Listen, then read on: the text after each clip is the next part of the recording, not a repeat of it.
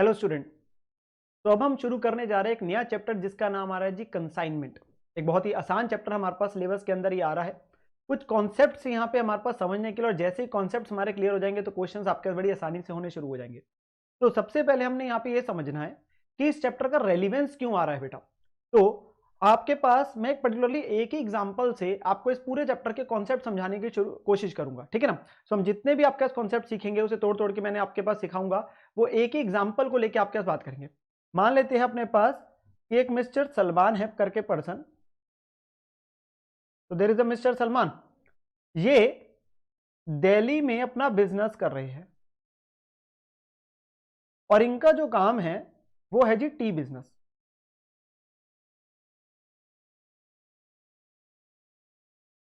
चाय का बिजनेस है इनका बेसिकली, कि टी बैग्स वगैरह ये सेल करते हैं। नाउ मिस्टर सलमान का बहुत अच्छा बिजनेस चल रहा है, वो वहां पे प्रॉफिट भी कमा रहे हैं, वो अकेला अपना काम कर रहे हैं।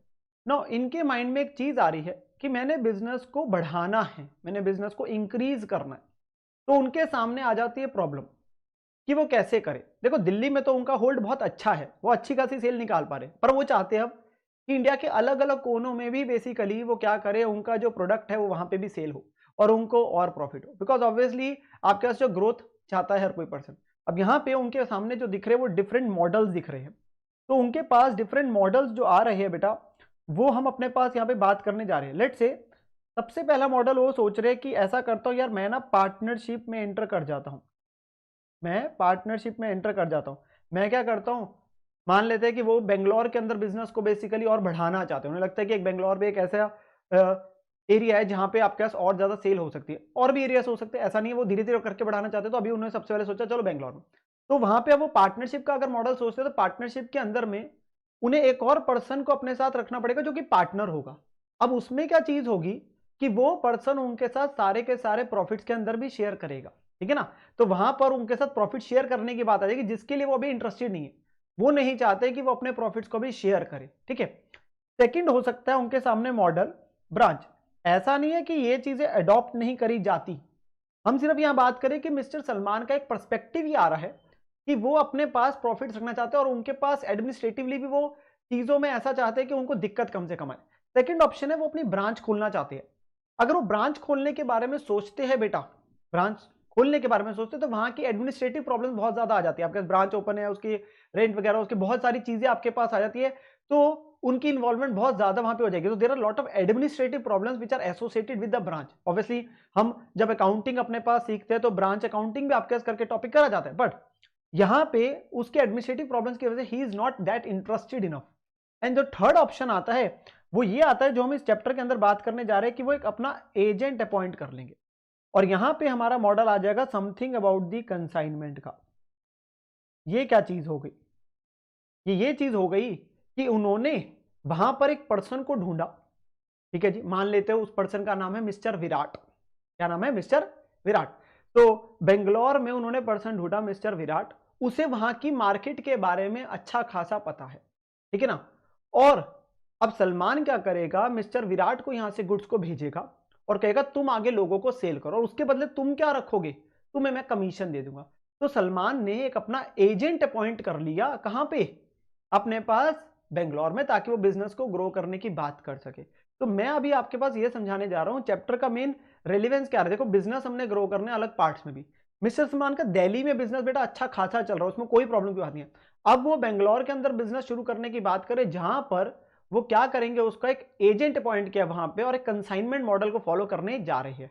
अब हम यहां पे पढ़ते हैं अपने पास, इसी एग्जांपल से लेके हम बात करेंगे। जैसे मैंने आपको अभी के लिए जो सिर्फ बात बताई वो ये बताई कि मिस्टर सलमान है एक पर्सन, ठीक है जी, और एक मिस्टर विराट है।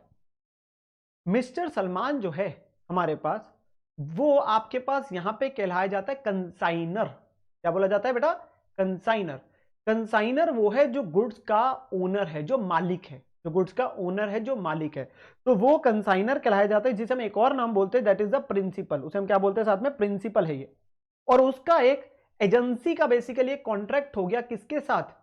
मिस्टर विराट के साथ, जो उसका एजेंट है, जिसे हम यहां पे अपने पास जनरल पार्लेंस में बोलते हैं कंसाइनी। हम इस चैप्टर में क्या बोलेंगे? कंसाइनी। वैसे क्या बोला जाता है? एजेंट। तो अब सलमान और विराट के बीच में एक आपके पास प्रिंसिपल एजेंट का रिलेशनशिप हो गया, जिसमें सलमान दिल्ली से गुड्स भेजेगा विराट को बेंगलोर, और विराट फिर आगे लोगों को सेल करेगा। मेरा एक सवाल का आप जवाब देंगे कि जब गुड्स भेजे गए थे सलमान के द्वारा विराट को, तो ओनर बेटा सोच के बताइए मुझे कि ओनर विराट बन गया कि सलमान ही रहेगा? विराट आगे लोगों को बाद में सेल करेगा, क्योंकि मैंने यहां बोला प्रिंसिपल एजेंट का रिलेशनशिप है। यहां पर बेटा हम सेल नहीं कर रहे, तभी तो मैंने बोला है भेज रहा है गुड्स, मैंने ये नहीं कहा बेच रहा है गुड्स। तो यहां पे गुड्स को भेजा जा रहा है, ट्रांसफर करा जा रहा है, सेंड करा जा रहा है, सेल नहीं हो रही। क्या नहीं हो रही? सेल नहीं हो रही। जब गुड्स सलमान से विराट को गए, कंसाइनर से कंसाइनी को गए, तब कोई सेल नहीं हो रही। सिर्फ एक तरीके से बोलूं तो आपके गुड्स की लोकेशन चेंज होगी। अब वो दिल्ली से पहुंच गए बेंगलोर, बाद में जब वो सेल करेगा कस्टमर्स को, तो वो सेल एक तरीके से सलमान की है। तो वो सेल किसकी हुई? सलमान की, बिकॉज अल्टीमेटली मालिक तो सलमान था। विराट सिर्फ क्या है बेटा? एक सिर्फ एजेंट है, और उसके बदले उसे हम क्या दे देंगे? कमीशन दे देंगे। तो अगली चीज आती है कि क्या ये सेल है? नहीं, ये सिर्फ गुड्स ट्रांसफर हो रहे हैं। मैं जो जो चीजें बताता जाऊंगा आपके पास, अभी सिर्फ बेसिक है, and let me sure you आपका धीरे धीरे करके सारी चीजें दिमाग में बैठ जाएगी। सिर्फ मेरे साथ कहानी समझते जाइए बेटा। और बाद में वो सेल करता है on the behalf of Salman. बाद में वो बेचेगा, विराट किसको भेजेगा? सेल करेगा, लोगों को बेचेगा वहां पे बेंगलोर के, और वो किसके बिहाफ पे बेच रहा है? सलमान के बिहाफ पे, और उसे क्या मिलेगी? कमीशन मिलेगी। ठीक है ना? अब मैं आपके पास एक बार के लिए डेफिनेशन पढ़ता हूं बिफोर मैं इसमें और चीजें आपको समझाऊं। मीनिंग, टू कंसाइन का मतलब होता है टू सेंड, सेल नहीं है। कंसाइनमेंट वर्ड जो डिराइव हो रहा है, वो वर्ड डिराइव हो रहा है बेटा कंसाइन से, और कंसाइन का मतलब होता है ट्रांसफर करना, सेंड करना। प्रिंसिपल से एजेंट को गुड्स जा रहे हैं, भेजे जा रहे हैं। अकाउंटिंग के अंदर कंसाइनमेंट एक सिचुएशन है जहां पे पर्सन, जिसे हम कंसाइनर बोलते हैं, जो कि सलमान है, वो सेंड कर रहे हैं गुड्स एक और पर्सन को जिसका नाम कंसाइनी है, for the purpose of selling the goods on behalf and at the risk of the consignor. तो जो विराट बेच रहा है गुड्स आगे कस्टमर्स को, किसके बिहाफ पे बेच रहा है बेटा? कंसाइनर के बिहाफ पे। वो सेल कंसाइनर की है। ठीक है ना? जो दो पार्टीज यहां पे इन्वॉल्व होती है कंसाइनमेंट के अंदर, वो कौन कौन है बेटा? एक है कंसाइनर, एक है कंसाइनी। कंसाइनर कौन होता है? कंसाइनर है the person who is sending the goods, also called principal, जैसे मैंने बोला। और कंसाइनी कौन है? जिसको गुड्स भेजे जा रहे हैं, जो कि कौन है? एजेंट है। यहां तक हमें बात समझ आई? यहां तक अगर मैं आपके कंक्लूजन की बात करूं, तो मैंने अभी तक आपको सिर्फ इतनी चीज बताई। एक सलमान है जो दिल्ली में बैठा है, वो अपनी बढ़ाना चाहता है बिजनेस को, उसका दिल्ली का बिजनेस बहुत अच्छा चल रहा है, उसकी कोई दिक्कत नहीं है। वहां की प्रॉफिटेबिलिटी के लिए वो क्या बनाता होगा? एक नॉर्मल जब अकाउंट्स की बात करते हैं, फाइनल अकाउंट में क्या बनाता होगा वो प्रॉफिटेबिलिटी निकालने के लिए बेटा? ट्रेडिंग अकाउंट से जीपी, और फिर पीएनएल अकाउंट से नेट प्रॉफिट। वो सारा प्रॉफिट उसी का है। अब उसने अपना बिजनेस बढ़ाना है, तो उसने बेंगलोर के अंदर एक एजेंट अपॉइंट करा विराट। अब वहां पे भी सेल होगी, वहां पे भी सेल होगी, और उसकी प्रॉफिटेबिलिटी किसकी होगी? वो प्रॉफिट किसका होगा? जो बिजनेस बेंगलोर में चल रहा है, जो बिजनेस बेंगलोर में चल रहा है बेटा, वो आपके पास प्रॉफिट किसका होगा? सलमान का कि विराट का? सलमान का ही होगा, क्योंकि विराट तो एक मेरा एजेंट है।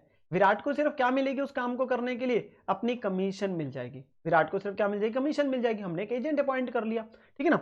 सो यहां पर जो बेंगलोर के बिजनेस की प्रॉफिटेबिलिटी निकालनी हमने, जो बेंगलोर में बिजनेस करा जा रहा है by the Virat on behalf of Salman, उसकी प्रॉफिटेबिलिटी किसकी है? सलमान की है। और वो प्रॉफिटेबिलिटी निकालने के लिए हम यहां पे जो अकाउंट बनाते हैं, उसका नाम है बेटा कंसाइनमेंट अकाउंट। उसका नाम क्या है? कंसाइनमेंट अकाउंट, जो चैप्टर का आपका नाम है। और ये एक नॉमिनल अकाउंट है। Nominal account is just like it is trading and PNL. ये ट्रेडिंग एंड पीएनएल का मिक्स है। यहां से सीधा निकल के आ जाएगा प्रॉफिट। और ये प्रॉफिट किसका है? सलमान का कि विराट का बेटा? सलमान का है। ये प्रॉफिट किसका है? सलमान का है। और वो अपने भेज देगा अपने जनरल पीएनएल में, मतलब वो अपने जो नेट प्रॉफिट उसका दिल्ली का आ रहा होगा ट्रेडिंग पीएनएल से, वहीं पे उसको ऐड कर देगा, ताकि टोटल प्रॉफिट उसको आ जाएगा, क्योंकि सारा प्रॉफिट उसका है। तो कंसाइनमेंट अकाउंट बनाएगा कौन बेटा? सलमान की विराट? सलमान ही बनाएगा, क्योंकि प्रॉफिट उसका है। प्रॉफिटेबिलिटी निकालने के लिए वही तो बनाएगा इस अकाउंट को, वही तो बनाएगा इस अकाउंट को। अब मैं विराट के नजरिए से सोचूं, तो विराट के लिए इनकम क्या है? वो ये काम क्यों कर रहा है? कमीशन मिलेगी। बताऊंगा कमीशन कितने प्रकार के होते हैं, कैसे होते हैं, सब कुछ सीखेंगे। अभी सिर्फ बेसिक सीख रहे हैं। तो उसको क्या मिल रही होगी बेटा? कमीशन मिल रही होगी। और वो कमीशन अपने पीएनएल अकाउंट में ले जाएगा। मतलब मेन उसकी तो इनकम इस काम में क्या है? उसकी कमीशन जो मिल रही है। अब सवाल उठता है, जब मैंने कहा कि सलमान ने विराट को गुड्स बेटा भेजे, बेचे नहीं, तो वो सेल तो नहीं है, मेयर ट्रांसफर है। तो जब हम किसी को गुड्स बेचते हैं तो एक इनवॉइस रेज करते हैं। देखिए जी, दिल्ली से बेंगलोर तक जाएंगे तो डिफरेंट स्टेट्स आपके पास बीच में आ रही होगी, तब बेंगलोर तक जाएगी। अब कोई डॉक्यूमेंट तो जाना चाहिए। क्या इनवॉइस जाएगा? इनवॉइस तो नहीं जाएगा। इनवॉइस क्यों नहीं जाएगा बेटा? क्योंकि ये सेल थोड़ी ना है। जब ये सेल नहीं है तो इनवॉइस नहीं जाएगा। अब यहां पे जो डॉक्यूमेंट्स गुड्स के साथ जाता है उस डॉक्यूमेंट को हम बोलते हैं परफॉर्मा इनवॉइस, क्योंकि वो इनवॉइस नहीं है। इनवॉइस इसलिए नहीं है क्योंकि वो सेल नहीं है। मैंने तभी लिख के काटा मारा हुआ है आपके पास ताकि आपको समझ आ जाए। ये सेल नहीं है, मेरा ट्रांसफर है, तो इनवॉइस नहीं जाएगा। क्या बोल दिया हमने डॉक्यूमेंट को? Proforma invoice. जी यहां से उसने उसको गुड्स भेज दिए। अब बाद में वो है तो मेरा एक एजेंट ही, उसे मेरे को रिपोर्ट तो करना पड़ेगा ना एक पर्टिकुलर फ्रीक्वेंसी के बाद। मैं 15 दिन के बाद, महीने के बाद, 2 महीने बाद उसे पूछूंगा ना, भाई तुमने क्या किया, मैंने इतने गुड्स भेजे थे, कितने बिक गए, कितना पैसा आ गया, कितने तुम्हारे खर्चे लगे, कितनी तुम्हारी कमीशन बनती है, कितना स्टॉक बचा रह गया, कितने मैंने तुम्हें पैसे देने हैं या तुमने मुझे देने हैं। वो सारी चीजें तो मुझे रिपोर्ट करेगा ना। जो वो रिपोर्ट करेगा बेटा, जो वो मुझे बताएगा, वो एक स्टेटमेंट में बताएगा जिसका नाम होता है अकाउंट सेल्स। इस स्टेटमेंट का नाम होता है अकाउंट सेल्स। एरो से पता चल जाएगा बेटा। ऊपर वाले में एरो सलमान से विराट की तरफ जा रही थी, यहां पे एरो विराट से सलमान की तरफ आ रही है, क्योंकि अकाउंट सेल्स कौन किसको भेजेगा? अकाउंट सेल्स विराट सलमान को भेजेगा, कंसाइनी कंसाइनर को भेजेगा, जिसके अंदर वो सिर्फ इंफॉर्मेशन दे रहा है। मुझे कितने गुड्स मिले, मैंने कितना खर्चा किया, कितना स्टॉक बचा रह गया मेरे पास, मैंने कितने पैसे तुम्हें भेजने, वो सारी इंफॉर्मेशन, ठीक है ना, वो सारा डिटेलिंग स्टेटमेंट के अंदर अपने पास करके भेजेगा। तो हमारे पास जो ये चार्ट है अल्टीमेटली हमारा एक बेसिक आ रहा है चैप्टर को लेके कि सलमान गुड्स भेज रहा है विराट को बेटा, और वो सेल नहीं है, मेरा ट्रांसफर है, और वो इनवॉइस नहीं जा रहा, परफॉर्मा इनवॉइस जा रहा है। जब गुड्स सलमान से विराट को गए तो क्या ओनरशिप ट्रांसफर हुई? Answer is no. सिर्फ गुड्स की पोजेशन ट्रांसफर हुई है एक जगह से दूसरी जगह। ओनर अभी भी सलमान ही है, क्योंकि विराट जो सेल करेगा वो ऑन बिहाफ ऑफ कंसाइनर कर रहा है, ऑन बिहाफ ऑफ सलमान कर रहा है, ठीक है ना। और जो वहां बेंगलोर के बिजनेस की प्रॉफिटेबिलिटी है वो किसका प्रॉफिट है? सलमान का है बेटा, कंसाइनर का है। और वो प्रॉफिट कैसे निकालेगा? हम ट्रेडिंग पीएनएल अकाउंट नहीं बोलते, यहाँ पे हम उसे क्या बोल देते हैं? Consignment account. वो एक बेसिकली इकट्ठे ही है, वो combined of trading and PNL आपके पास बन रहा है कंसाइनमेंट अकाउंट, जो अल्टीमेटली एक नॉमिनल अकाउंट है जहां से क्या निकल के आ जाएगा? Profit loss. और वो अपना दिल्ली का प्रॉफिट, बेंगलोर का प्रॉफिट मिला के उसका टोटल प्रॉफिट हो गया। और विराट काम क्यों कर रहा है? कंसाइनिंग, ताकि उसके लिए इनकम क्या है? कमीशन है, वो अपने पीएनएल में उसे भेज देगा, ठीक है ना। ये हमारे पास बात आ रही है। नाउ कुछ फीचर्स को लेके बात है। अब यही हमारे पास इस वाले के अंदर हम इंट्रोडक्शन अभी सीख रहे हैं। तो फीचर्स, अगर आपके पास पेपर के अंदर क्वेश्चन थ्योरी बन के आता है तो क्या क्या फीचर्स है? सबसे पहले हमारे पास बात होती है ओनरशिप से रिलेटेड। तो बेटा ओनरशिप जो है वो गुड्स की किसकी है? ओनरशिप कंसाइनर की है जब उसके पास पड़े थे। इवन जब कंसाइनी के पास पड़े तब भी ओनर कंसाइनर ही है, क्योंकि वो प्रिंसिपल एजेंट का रिलेशनशिप है। बाद में वो कस्टमर्स को सेल कर देगा on behalf of the consignor. Though the goods are actually sold by the consignee, the ownership of the goods till it is sold will remain with the consignor only. जब तक नहीं बिकते consignor ही owner है। However sale के बाद buyer owner बन जाता है, यानी कि कंसाइनी कभी गुड्स का ओनर नहीं बनता बेटा, क्योंकि जब कंसाइनर के पास गुड्स थे या उसने जब कंसाइनी को दे दिया, ओनर कंसाइनर है। और जब कंसाइनी ने आगे लोगों को बेच दिया ऑन बिहाफ ऑफ कंसाइनर तो कस्टमर्स ओनर बन गए। सेकंड आपके पास आ रहा है परफॉर्मा इनवॉइस, जैसे मैंने कहा था। तो परफॉर्मा इनवॉइस का जो डॉक्यूमेंट्स गुड्स के साथ जा रहा है, the consignor does not send a sales invoice to the consignee, instead he will send a proforma invoice which is a statement that looks like a invoice. It is sent to convey the information about the goods consigned. तो बेटा goods के साथ एक आपके पास जाना चाहिए document जो बता रहा है कितने गुड्स जा रहे हैं, कितना अमाउंट है उन गुड्स का, बेसिकली वो सारी इंफॉर्मेशन जा रही है, ठीक है ना। उसके साथ तीसरी चीज आती है एक्सपेंसेस ऑफ द सेल। बेटा खर्चा लगा होगा, देखो जी गुड्स भेजने का भी खर्चा लगा होगा, वो हो सकता है कंसाइनर ने पे कर दिया होगा। वहां गुड्स पहुंचे, वहां पे भी कुछ खर्चे लगे होंगे, जब उसने गुड्स बेचे होंगे तो भी खर्चे लगे होंगे। उसने मान लीजिए कोई गोडाउन किराए पे लिया होगा, उसकी इंश्योरेंस है, वहां सेलिंग एक्सपेंसेस इंकर करे होंगे। ये सारे खर्चे पे कौन कर रहा है? कंसाइनी। पर वो क्या पैसे इसके कंसाइनर से लेगा? बिल्कुल लेगा, क्योंकि वो तो एजेंट है ना बेटा। वो जो भी खर्चे उनके बिहाफ पे कर रहा है, कंसाइनर के बिहाफ पे, सलमान के बिहाफ पे कर रहा है, वो खर्चे तो उसी से लेगा ना। और साथ में अपनी क्या लेगा? कमीशन भी लेगा। तो ये जो भी खर्चे वो कर रहा है अनटिल अनलेस, देखो अनटिल अनलेस ऐसे, देखो जब एग्रीमेंट होता है ना तो ये कहा जाता है भाई मैं तुम्हारे ना ये खर्चे दूंगा, मैं तुम्हारे ये खर्चे दूंगा। पर ऐसा भी हो सकता है कई बार कहा जाता है भाई ये वाले खर्चे मैं नहीं दूंगा, तुम अगर करना चाहते हो तुम अपनी जेब से करोगे, मैं नहीं वो दूंगा। बट वो रेयर केस की बात होती है। जनरली जो भी खर्चे वो कर रहा है उन सारों की रीइंबर्समेंट उसे कहां से आ जाएगी, कंसाइनर से मिल। तो generally the expenses relating to the consignment incurred by consignee will be recovered from the consignor. तो जो खर्चे वो कर रहा है कंसाइनी, वो उसे कंसाइनर से पैसे मिल जाएंगे। However, such expenses can be shared by mutual agreement between the parties। बाकी एग्रीमेंट के हिसाब से अगर उन्हें कोई और शेयरिंग रखे तो बात अलग है। हम ये कह सकते हैं भाई तेरे कमीशन ज्यादा ले ले, खर्चे तू ही कर। ये कैन बी मॉडल, भाई कमीशन तू ज्यादा ले ले, खर्चे फिर तेरी जेब से जाएंगे। तो उस केस में मैं उसे खर्चे के पैसे नहीं दूंगा, कमीशन ज्यादा दे दूंगा। या हम बोल रहे हैं कमीशन इतना रेट है और खर्चे जो है मैं उसके ही पैसे तुम्हें दूंगा। तो अल्टीमेटली जो है, जो कंसाइनी के जिसकी वजह से कंसाइनी को अल्टीमेटली एट देन प्लस आना चाहिए, सरप्लस आना चाहिए काम करने की वजह से, इसीलिए वो ये काम करेगा। ठीक है ना। अगली चीज आती है कमीशन। अब कमीशन क्या है, जो कंसाइनी को मिलेगी इज इंटाइटल टू कमीशन, जो कैलकुलेट होगी ऑन द बेसिस ऑफ जो वो सेल्स कर रहा होगा। हम अलग अलग प्रकार की कमीशन भी सीखेंगे आगे जाके। अभी हमने बात करी कि कंसाइनी को क्या मिलेगी बेटा, कमीशन मिल रही होगी। क्यों मिल रही होगी, क्योंकि वो सेल कर रहा है ऑन बिहाफ ऑफ कंसाइनर। और एक और चीज आपके सारी है अकाउंट सेल्स। अकाउंट सेल्स क्या है, जैसे मैंने आपको कहा था कि कंसाइनी कंसाइनर को एक पीरियोडिक स्टेटमेंट भेजता है जिसमें वो इंफॉर्मेशन देता है चीजों के बारे में, उस स्टेटमेंट को हम बोलते हैं अकाउंट सेल्स। तो the consignee sends a periodic statement of account to the consignor. This statement is called account sales. This statement contains details of, क्या क्या डिटेल्स होती है, कितनी सेल करी, कितना खर्चा करा on behalf of the consignor और जिसकी रिइंबर्समेंट मिल जाएगी, कितनी कमीशन बनती है, कितना एडवांस मनी या सिक्योरिटी डिपॉजिट कराया था कंसाइनी ने, कितना स्टॉक बचा रह गया अगर उसके पास है, और कितना बैलेंस फाइनली पैसे लेने या देने हैं फ्रॉम द कंसाइनर। तो वो सारी इंफॉर्मेशन वो उसमें बताता है, विच इज द स्टेटमेंट का नाम क्या है बेटा, अकाउंट सेल्स, जो हम यहाँ पे यूज करते हैं। ठीक है ना।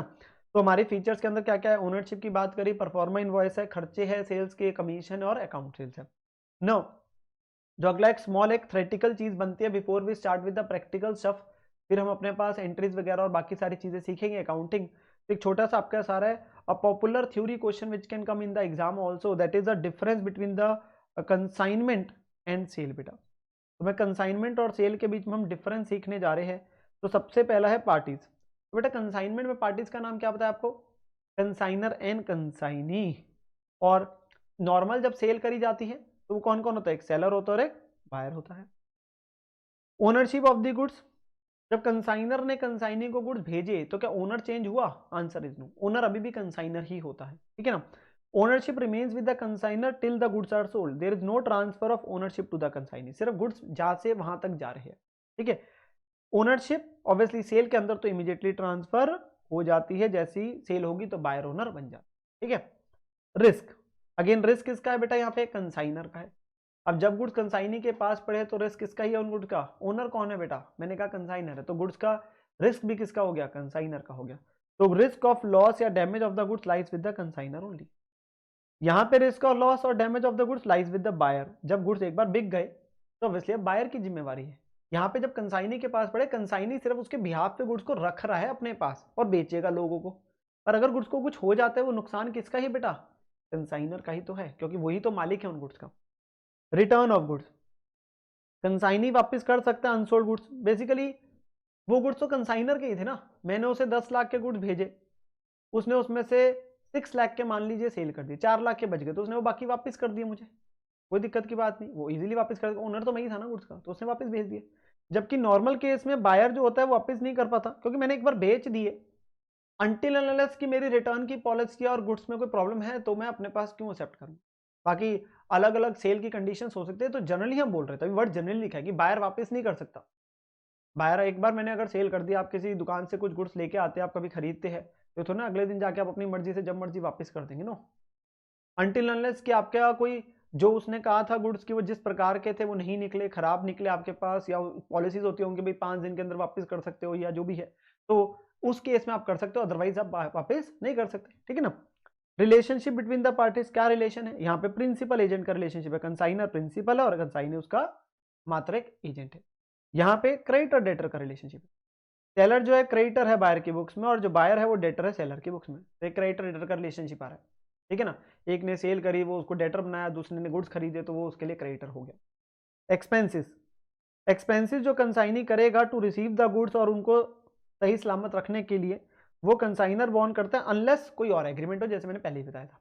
और यहाँ पे क्या एक्सपेंसेस जो बायर इंकर करता है वो बायर ही इटसेल्फ बॉर्न करेगा। एक बार जब ओनरशिप चलेगी बेटा उस गुड्स को रखने के लिए अपने पास सेफली या जो भी हो, तो बायर का खर्चा है। आप कुछ गुड्स खरीद के लाते हैं अगर अपने पास, तो उन केस में उस गुड्स की सेफ्टी के लिए आप जो भी अपने पास खर्चा कर रहे हो वो आप ही की जेब से जा रहे हैं ना, वो सेलर थोड़ा ना आपको देगा। और लास्ट है इनवॉइस, यहाँ पे परफॉर्मेंस इनवॉइस बनता है जैसे मैंने कहा था, और यहाँ पे नॉर्मल सेल इनवॉइस बनता है। तो अभी तक अगर मैं आपके पास बात करूं, हमने सिर्फ एक बेसिक मैंने आपको कॉन्सेप्ट समझाने की कोशिश करी है यहाँ पे इस वीडियो के अंदर, जहां पे मैं आपको ये बता रहा हूं कि मेन चैप्टर का आपके पास क्रक्स क्या है, मेन रेलिवेंस क्या है। तो a person known as consignor, जो आपका सलमान हमने लिया, वो अपने बिजनेस को ग्रो करना चाहता है, तो उसने एक एजेंट अपॉइंट करा, कंसाइनी जिसे हम बोल रहे हैं, विराट को। तो उसके लिए वो गुड्स उसको भेजेगा, कंसाइन करेगा। जब गुड्स को भेजा जा रहा है तो बेटा ओनरशिप नहीं जा रही, ठीक है ना, ये बात तो बड़ी क्लियर है। बाद में विराट लोगों को बेचेगा ऑन दी बिहाफ। अब वहां की प्रॉफिटेबिलिटी निकालने के लिए हम कंसाइनमेंट अकाउंट बनाएंगे, जो कि बनाएगा कंसाइनर, ठीक है ना। तो कंसाइनमेंट अकाउंट बनेगा, वो भी अगले वाली वीडियो के अंदर हम देखेंगे कैसे बनता है, क्या इंटरेस्ट जलती है बेटा, ठीक है ना। और विराट क्यों काम कर रहा है, क्योंकि उसको क्या मिल रही है बेटा, कमीशन मिल रही है। ये सारी आपके बात क्लियर हुई हमारे पास। डॉक्यूमेंट जो गुड्स के साथ जा रहा है वो इनवॉइस नहीं है, परफॉर्मा इनवॉइस है। और जो कंसाइनी वापस में भेजता है उसे सारी इंफॉर्मेशन वो किस स्टेटमेंट भेजता है बेटा, अकाउंट सेल्स में। तो ये हमने यहाँ पे बात करी अपने पास।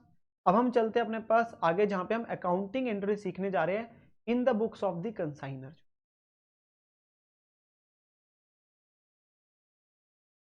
Journal entries in the books of the consignor. तो हमने इंट्रोडक्शन में अपने पास समझा मेन चैप्टर के रेलिवेंस को बेटा। अब हम आगे बढ़ते हैं, उसके अंदर हम समझने जा रहे हैं कि अकाउंटिंग कैसे होगी, जो मेन पार्ट आ रहा है। तो हम यहाँ पे बात करने जा रहे हैं कि जो कंसाइनर है वो अपनी किताब में अकाउंटिंग कैसे करेगा, पहले मैं वो आपको समझाने जा रहा हूँ, ठीक है ना। तो हमारे पास जो एग्जाम्पल था वहां पे हमने बोला था कि mister Salman is the consignor है, और वो विराट को गुड्स भेज रहा है, और विराट आगे सेल करेगा, ठीक है ना, on the behalf of the consignor Salman. अब वहां पे जो बेंगलोर बिजनेस की बेटा प्रॉफिटेबिलिटी निकालनी है, हमने कहा था दिल्ली में सलमान है और विराट बेंगलोर में, तो उस केस के अंदर अगर मैं आपसे कहूं जो बेंगलोर बिजनेस की प्रॉफिटेबिलिटी निकालनी है, वो प्रॉफिट किसका होगा, सलमान का होगा, जिसके लिए वो क्या बनाएगा, कंसाइनमेंट अकाउंट बनाएगा, जिसके लिए क्या बनाएगा, कंसाइनमेंट अकाउंट। तो यहां पर एक आपके पास अकाउंट यूज होगा जिसका नाम आएगा बेटा consignment account. And consignment account का मकसद क्या है, ये जानना कि बेंगलोर बिजनेस से क्या हमें प्रॉफिट या लॉस हो रहा है। बनाने वाली पार्टी कौन है, कंसाइनर है। तो यहां पर हम अपने पास उस अकाउंट को बनाएंगे और उससे जानेंगे प्रॉफिट लॉस कितना है। और अल्टीमेटली आपके पास कंसाइनमेंट अकाउंट जो है it is nothing but kind of a trading and PNL account. हम यहाँ ट्रेडिंग और पीएनएल अकाउंट नहीं बना रहे, उसकी जगह मैंने सीधा क्या बना दिया, कंसाइनमेंट अकाउंट। तो इट इज आपके पास, आप बोल सकते हो कंबाइंड एक तरीके का ट्रेडिंग एंड पीएनएल अकाउंट है, इकट्ठे ही नेट प्रॉफिट आ जाएगा। ये नहीं है कि मैं जीपी अलग निकाल रहा हूँ एनपी अलग, हम सीधा ही एनपी निकाल लेंगे। तो एक कंबाइंड, मैं इसे एक बार के लिए लिख देता हूँ ट्रेडिंग एंड पीएनएल अकाउंट। और बना कौन रहा है इसे, कंसाइनर बना रहा है। बना कौन रहा है, कंसाइनर हमारे पास जैसे सलमान था, ठीक है ना। अब हम अपने पास एंट्रीज को समझना शुरू करते हैं, मैं अकाउंट में साथ साथ, और फिर मैं आपको एक एग्जांपल भी कराऊंगा, ठीक है ना। यहाँ पे तो सबसे पहले सवाल उठता है, जब गुड्स को भेजा जा रहा है, गुड्स सेंट ऑन कंसाइनमेंट, कौन भेज रहा है, कौन भेज रहा है बेटा, बेटा भेजने वाली पार्टी है कंसाइनर। किसको भेज रहा है, कंसाइनी को। कंसाइनी को भेजने का मतलब वो दिल्ली से गुड्स बेंगलोर जा रहे हैं।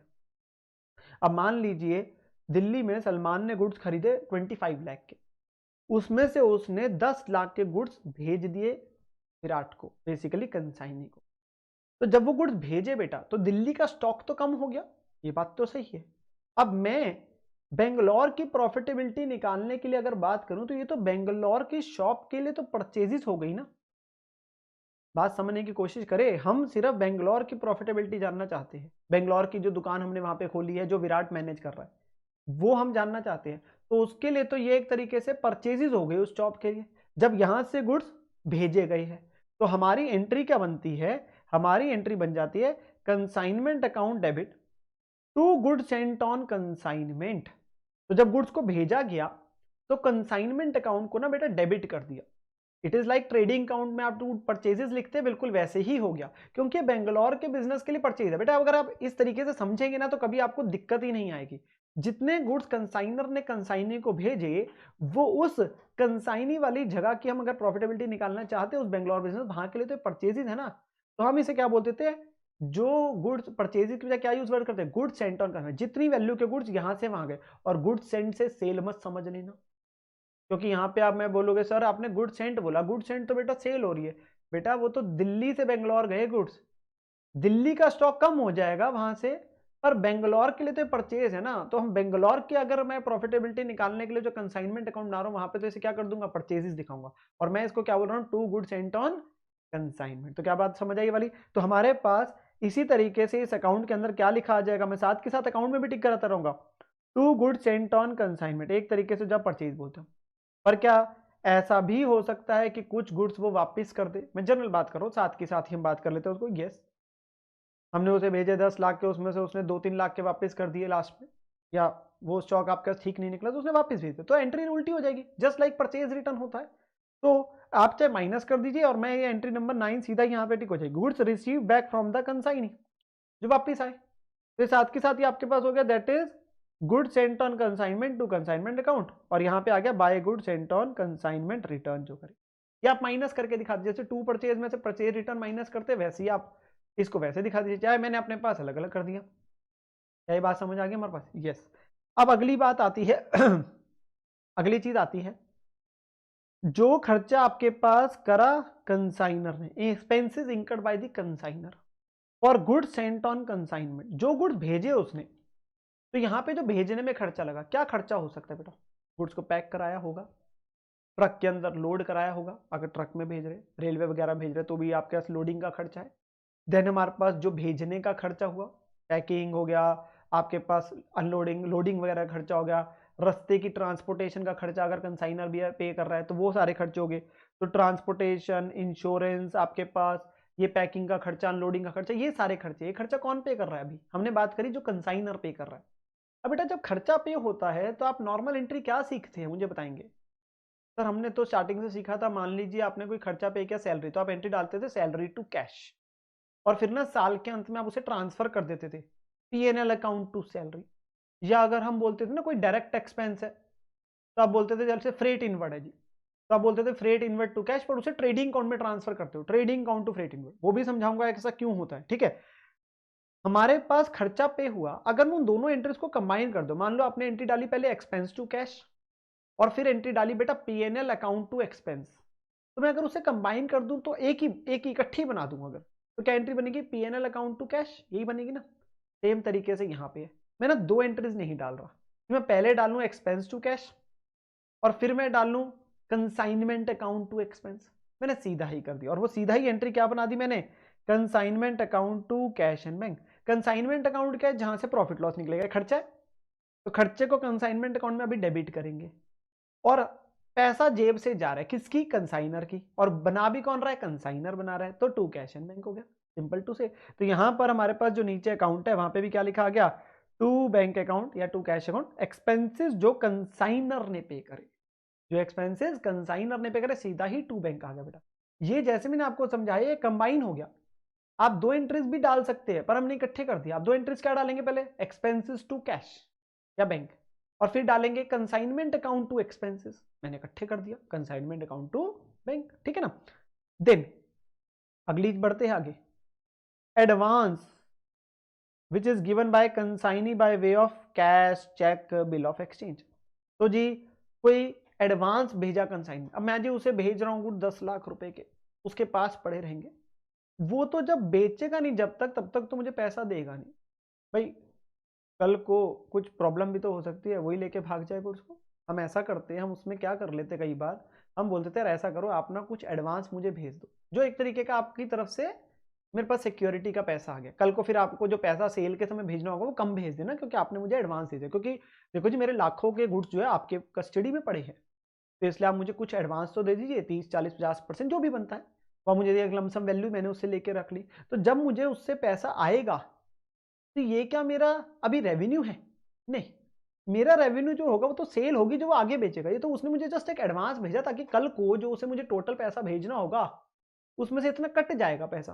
तो जब मुझे उससे एडवांस मिला बेटा तो एंट्री क्या बनी, कैश या बैंक या BR to consignee, cash bank BR to consignee basically, क्योंकि यहां पे मुझे कंसाइनी से पैसा है। अब जो कंसाइनर है उसकी किताबों में एक दूसरा अकाउंट भी आ गया, एक मेन अकाउंट है कंसाइनमेंट, एक दूसरा अकाउंट बेटा बनता है कंसाइनी का, जहां से ये पता चलेगा मुझे उससे कितने पैसे लेने या देने हैं, मुझे उससे कितने पैसे लेने या देने हैं। तो जो मुझे उसने एडवांस भेज दिया, चाहे कैश भेजा, चाहे चेक भेजा, चाहे बिल ड्रॉ करा, वो आपके पास एंट्री आ गई cash bank BR to consignee. तो यहाँ पे आपके पास आ जाएगा इसके अकाउंट में, कंसाइनी के अकाउंट में सीधा बाय, अगर आप देखेंगे कैश, बैंक या बीआर अकाउंट जो एडवांस के रूप में आ रहा है, ये कंसाइनी के अकाउंट में आ रहा है। कंसाइनी का अकाउंट क्या हो गया, सलमान यानी कि जो विराट का बना रहे, आगे एग्जांपल में सिखा दूंगा, ठीक है ना। देन आगे बढ़ते अगली एंट्री पे, ये जो बिल मिला था, अगर बिल मिला था, देखो तो कैश और चेक के फिर तो कोई दिक्कत नहीं, पर अगर बिल मिला है तो उसे ये डिस्काउंट भी तो करा सकता है, जो कंसाइनर है उसे डिस्काउंट करा सकता है, पैसे की जल्दी है। मान लीजिए 3 महीने का बिल है, वो जाएगा बैंक के पास और उसे डिस्काउंट कराएगा। जब डिस्काउंट कराएगा तो एंट्री क्या डलेगी बेटा, एंट्री डलती है bank discount to BR. Obviously bank जो है, अगर मान लीजिए 2 लाख का बिल है, बैंक क्या करेगा, कुछ डिस्काउंटिंग चार्जेस काट के आपको पैसे दे देगा। तो बैंक ने मान लीजिए 195 दे दिए, तो आप बैंक में डालेंगे 195, डिस्काउंट में डालेंगे 5000 टू आपके पास बीआर आ गया, ठीक है ना। अब ये जो डिस्काउंटिंग चार्जेस का खर्चा है बेटा, ये खर्चा आप कंसाइनमेंट अकाउंट में भी भेज सकते हैं या पीएनएल अकाउंट में भेज सकते, दोनों ही तो कंसाइनर के है। देखिए जी, ये खर्चा जो है, समझने की कोशिश करिए, ये जो डिस्काउंटिंग चार्जेस का खर्चा है, कंसाइनर को पैसे की जल्दी थी, तो ये उसने जाके पैसे जल्दी लेने के चक्कर में उसने बिल डिस्काउंट करा लिया।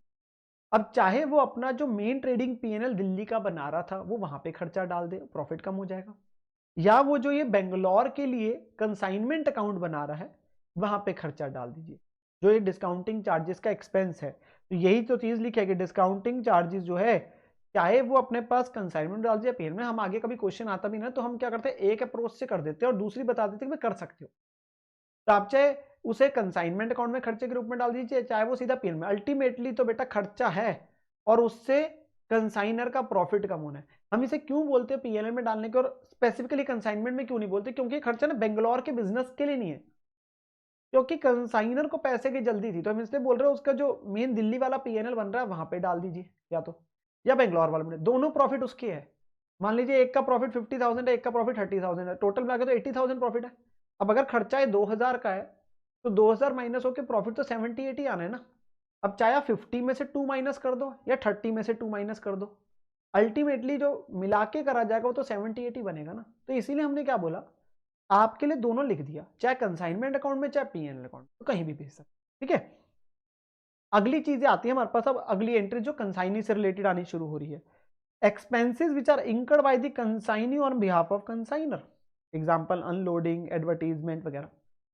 ये कंसाइनी के पास पहुंच गए गुड्स, अब उसने भी तो खर्चा किया होगा, गुड्स को अनलोड करवाया, वहां पे गोडाउन का रेंट पे करा, एडवर्टीजमेंट हमारे बिहाफ पे कर रहा है, वो सारे खर्चे जो वो करेगा उसके पैसे तो मैं उसे भेजूंगा ना, अनटिल अनलेस की ये है कि मैं नहीं भेजने, हम तो नॉर्मल कोर्स बोलते हैं, हम तो उसको पैसे भेजेंगे क्योंकि वो हमारे बिहाफ पे तो काम कर रहा है। तो जो भी खर्चे के पैसे मैंने उसे देने हैं, क्या ये बेंगलोर के बिजनेस की प्रॉफिटेबिलिटी निकालने के लिए क्या ये खर्चा है, आंसर इज यस। पर क्या मैंने ये पे कर दिया, नहीं, मेरी तरफ से भी ड्यू है, मैंने ये कंसाइनी को देना है। तो अगर मैं बोलूं बेटा मैंने कोई खर्चे की ड्यू बुक करना है, तो हम पता है एंट्री क्या बोल देते हैं, एक्सपेंस को डेबिट टू जिसको ये देना है, तो यहाँ पे मैंने किसको देना है, कंसाइनी को देना है, तो मेरी तरफ से एंट्री आ गई एक्सपेंस अकाउंट डेबिट, जो भी खर्चा है टू कंसाइनी अकाउंट, भाई कंसाइनी को देना है, वो मेरे लिए एक तरीके से क्रेडिटर हो गया, ड्यू हो गया। और ये खर्चा फिर कहां चले जाता है, जैसे ईयर एंड पे पीएनएल में, हमारे यहाँ पे कंसाइनमेंट है तो मैं एंट्री डालूंगा कंसाइनमेंट टू एक्सपेंस।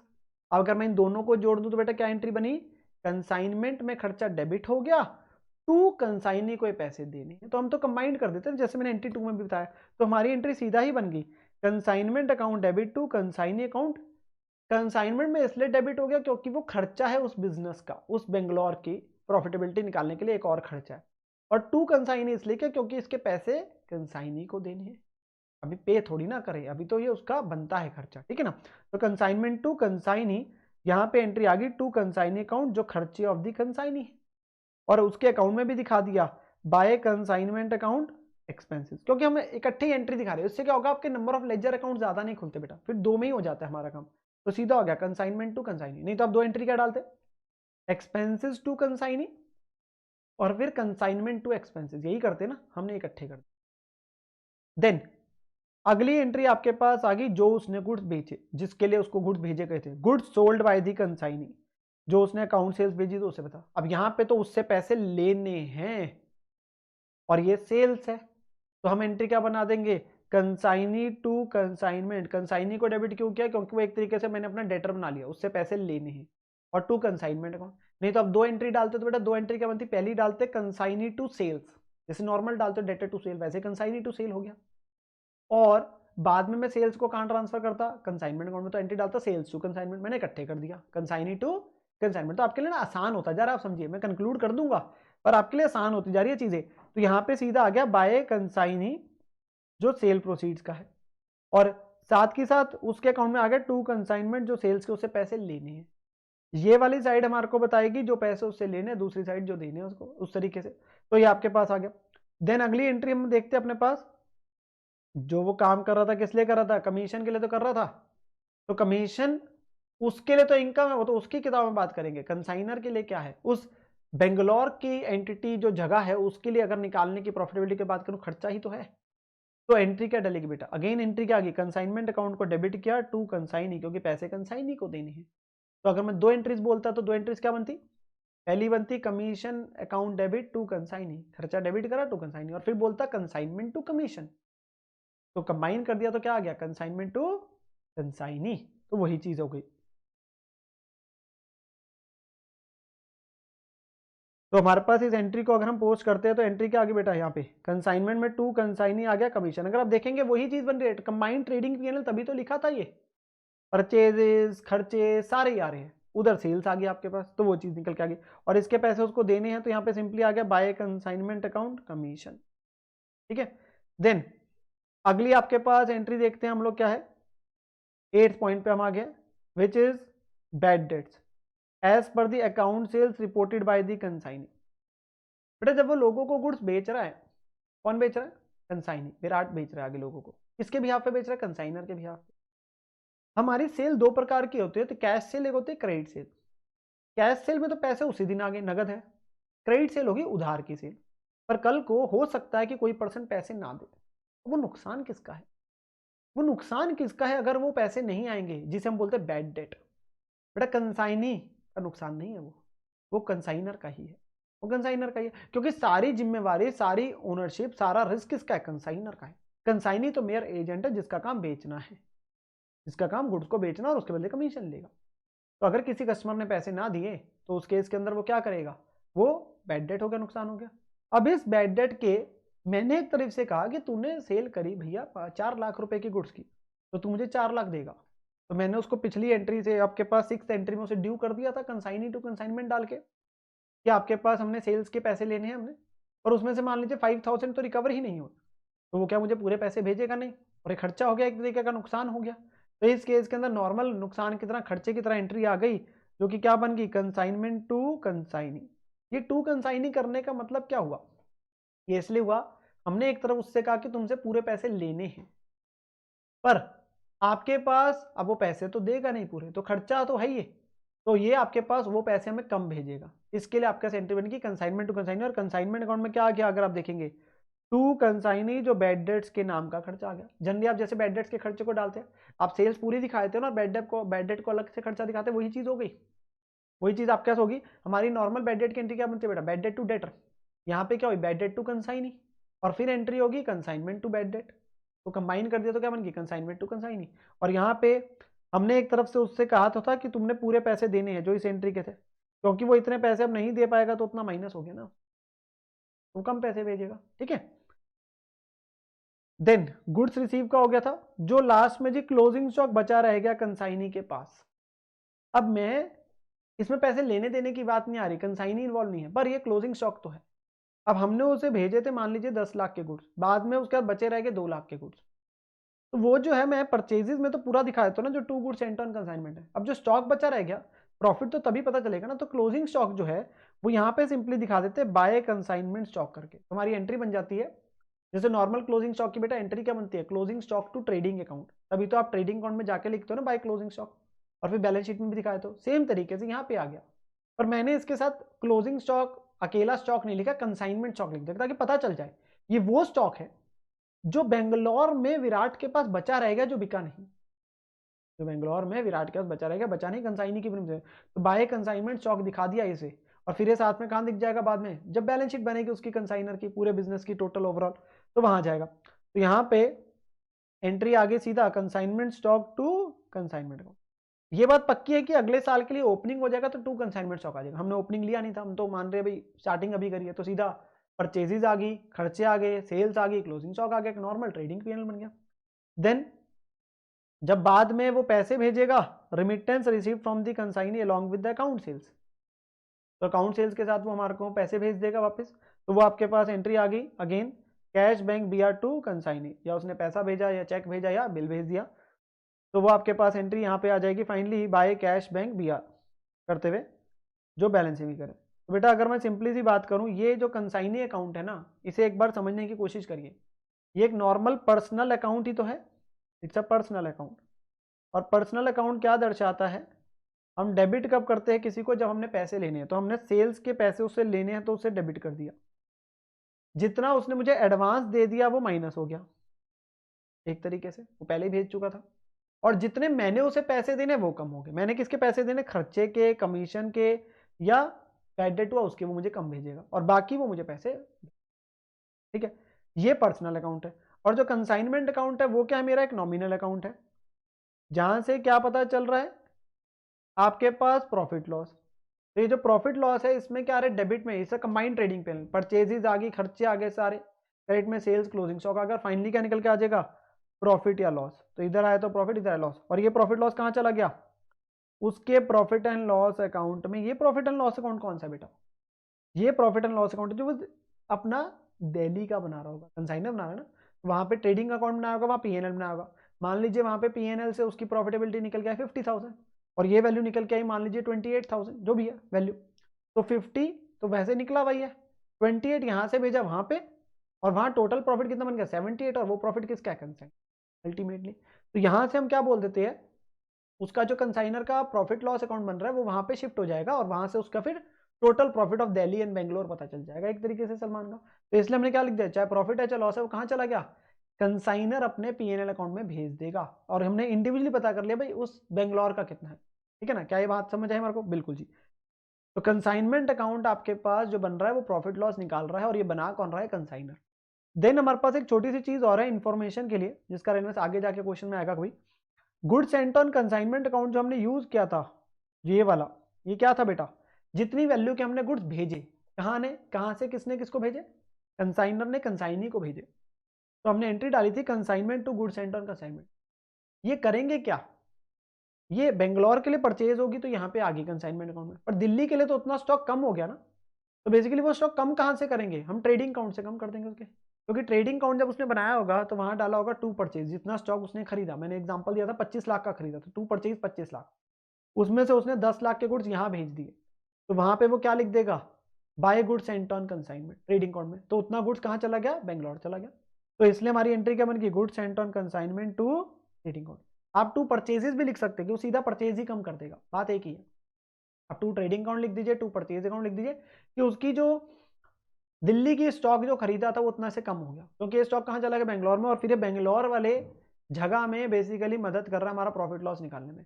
तो अल्टीमेटली अब अपने पास कंक्लूड करते हैं, एक बार समझते हैं कंसाइनमेंट अकाउंट बना कौन रहा है, कंसाइनर। वो क्या जानने के लिए बना रहा है, ताकि उसे पता चल सके कि जो कंसाइनी जिस एरिया में बिजनेस कर रहा है वहां से कितना प्रॉफिट लॉस आया। हम यहाँ पे दिल्ली की प्रॉफिटेबिलिटी बनाना नहीं सीख रहे, वो तो नॉर्मल ट्रेडिंग पेमेंट से बेटा आ जाती है।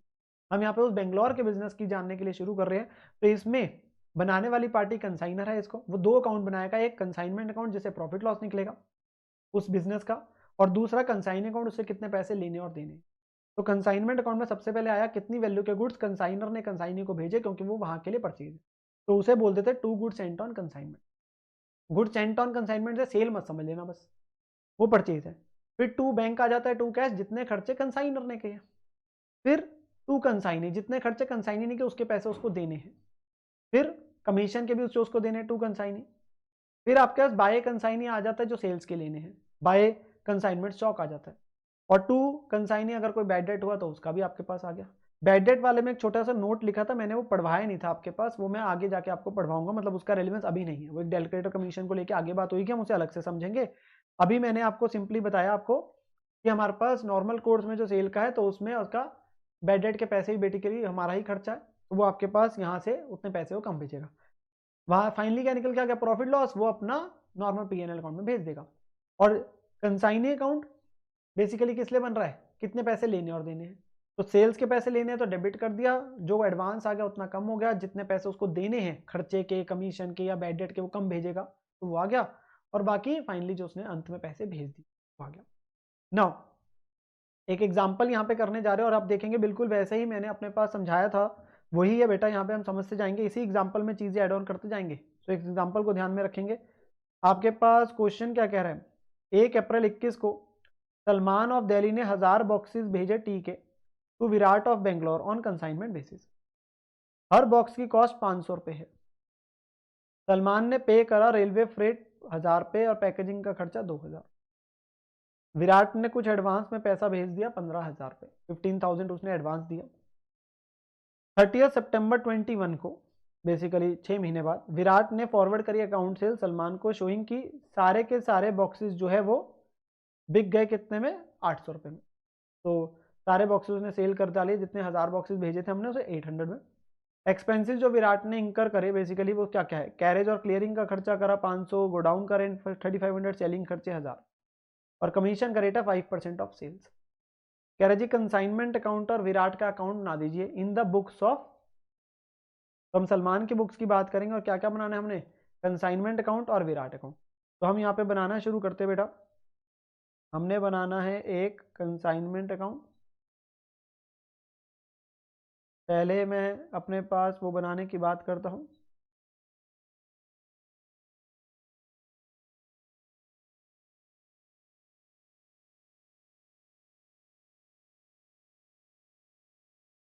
ठीक है जी। तो सबसे पहले क्या आ रहा होगा, जितनी वैल्यू के गुड्स भेजे। तो जो बेटा जितनी वैल्यू के गुड्स भेजे गए हैं वो आपके पास क्या चीज आ रही होगी, to goods sent on consignment.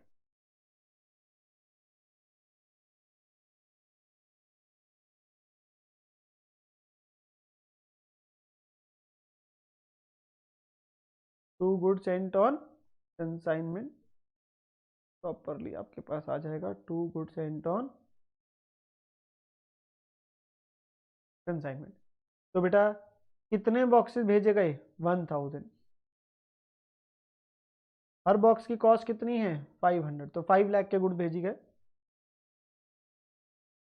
तो यहाँ पे टोटल आ गया 5 लाख।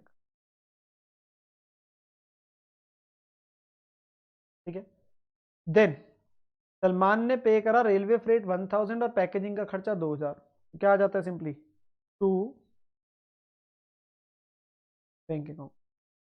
जो एक्सपेंसेस का है हम इसे इनर कॉलम में लिख देंगे, किस किस चीज का खर्चा बेटा, एक है फ्रेट का कितना है 1000, और एक है जो पैकेजिंग कराई कितना 2000। तो टोटल कितना हो गया बेटा 3000 का खर्चा। ये खर्चा ही है तो कंसाइनमेंट अकाउंट में आना। फिर उसने मुझे विराट ने एडवांस मनी भेजी 15,000 की, तो जब विराट ने भेजी तो विराट अकाउंट बनेगा हमारे पास एक। तो हम विराट अकाउंट भी बना लेते हैं नीचे, कंसाइनी का अकाउंट जो बनना है, तो विराट अकाउंट में भी चीजें आती जाएगी।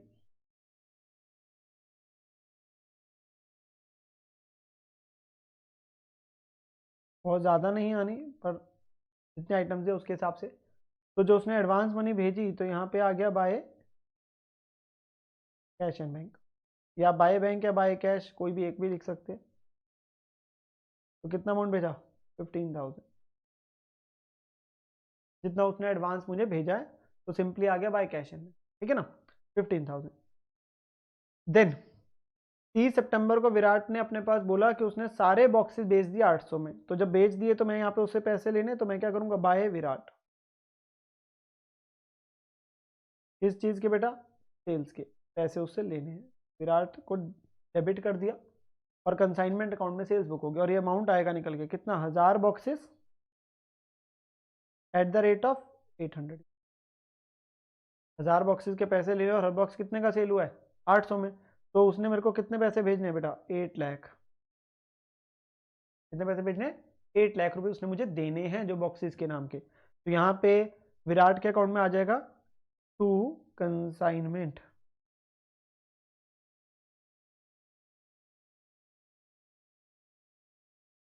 Sales which is 8 lakh.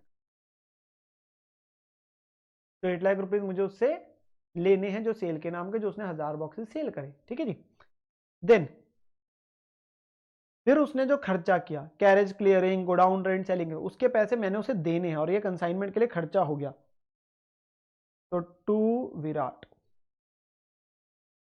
Account, ये पैसे उसको देने हैं, तो इसलिए टू विराट अकाउंट आ गया, ड्यू है, ठीक है ना। बाकी नेटिंग में हो जाएगा ना उसके कितने पैसे लेने देने। तो ये खर्चा आपके पास आ गया, एक तो बेटा कैरेज क्लियरिंग का,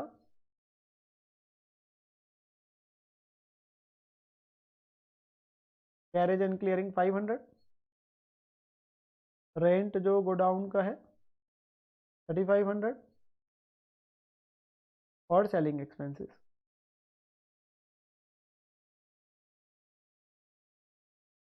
1000। तो टोटल खर्चा कितना हो गया 5000। तो ये टोटल खर्चे के मुझे उसे पैसे देने हैं, कैरेज क्लियरिंग के, गोडाउन रेंट और सेलिंग एक्सपेंसेस बेटा, ठीक है। और यहाँ पे विराट के अकाउंट में क्या आ जाएगा, बाय कंसाइनमेंट, तो उतना वो पैसे कम भेजेगा ना मुझे अब, क्योंकि वो खर्चे के भी तो काट लेगा ना। तो बाय कंसाइनमेंट एक्सपेंसेस 5000, 5000 रुपीज किसके हो गए, एक्सपेंसेस के नाम के हो गए। और फिर एक और चीज रह गई आखिरी, कि भाई कमीशन जो है 5% है सेल्स का, भाई कमीशन जो मेन इनकम तो उसकी कमीशन ही है, और वो यहाँ के लिए खर्चा है, हमने देनी है। तो consignment to again Virat account, जो कमीशन है।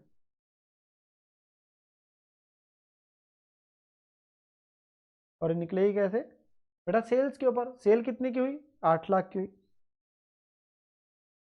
8 लाख का 5%, 8 लाख की सेल के ऊपर 5% कितना हो गया, नॉर्मल 40,000, नॉर्मल 40,000, ठीक है। और ये हमने उसको पैसे देने हैं, तो यहाँ पे आ जाएगा by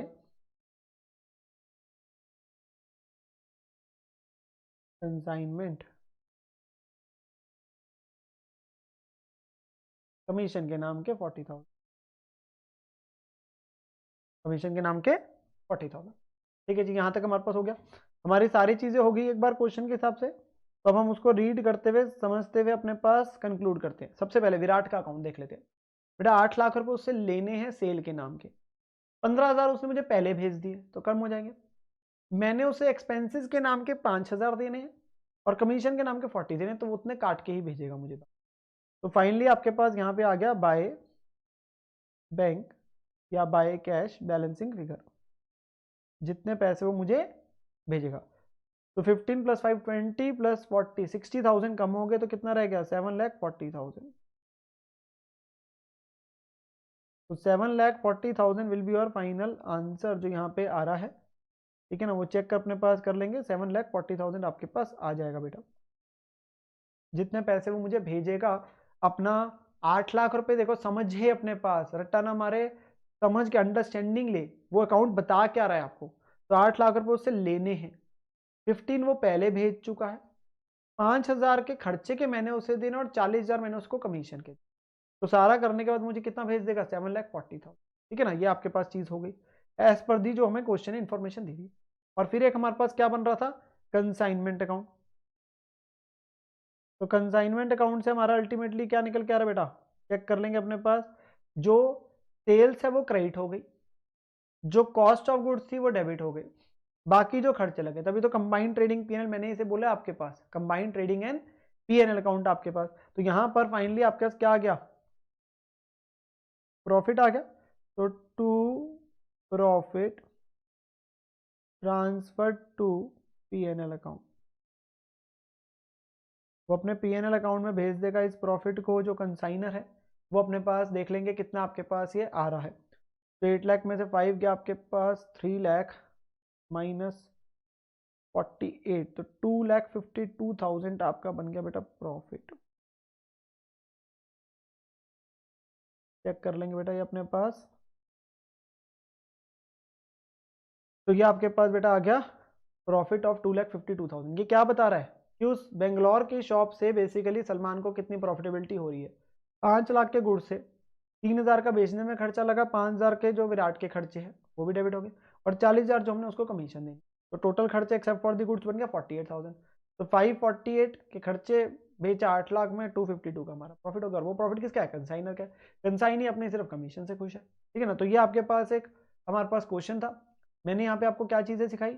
one was about the entries बेटा, और उसके साथ हमने इस क्वेश्चन को क्या एग्जाम्पल को, और नाउ ये एग्जाम्पल मेरे पास आगे सारे कॉन्सेप्ट को समझने के लिए एक बेस बन जाएगा, ठीक है ना। तो एक बार के लिए फटाफट इसे देख लेते हैं दोबारा। कंसाइनमेंट अकाउंट में क्या डाला? सबसे पहले जो गुड्स भेजे, 2 goods sent on consignment. 2 bank जो खर्चा कंसाइनर ने करा, 2 कंसाइनी जो खर्चे कंसाइनी ने करे सारे वो आपके पास आ जाते हैं, जो भी खर्चे करे।